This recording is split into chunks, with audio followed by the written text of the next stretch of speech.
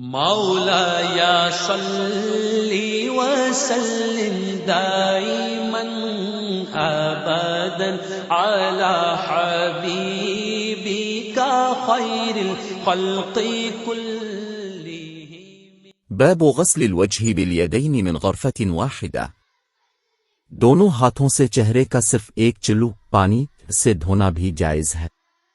حدثنا محمد بن عبد الرحيم قال أخبرنا أبو سلمة الخزاعي منصور بن سلمة قال أخبرنا ابن بلال يعني سليمان عن زيد بن أسلم عن عطاء بن يسار عن ابن عباس أنه توضأ فغسل وجهه، أخذ غرفة من ماء فمضمض بها واستنشق، ثم أخذ غرفة من ماء فجعل بها هكذا أضافها إلى يده الأخرى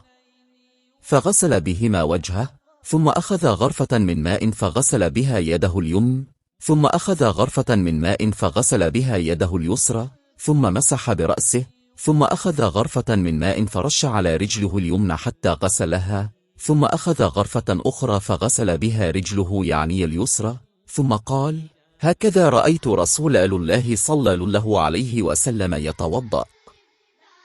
ہم سے محمد بن عبد الرحیم نے روایت کیا، انہوں نے کہا مجھ کو ابو سلمہ الخزاعی منصور بن سلمہ نے خبر دی، انہوں نے کہا ہم کو آبن بلال یعنی سلیمان نے زید بن اسلم کے واسطے سے خبر دی، انہوں نے عطا بن یسار سے سنا، انہوں نے عبداللہ بن عباس رضی اللہ عنہما سے نقل کیا کہ ایک مرتبہ انہوں نے یعنی ابن عباس رضی اللہ عنہما نے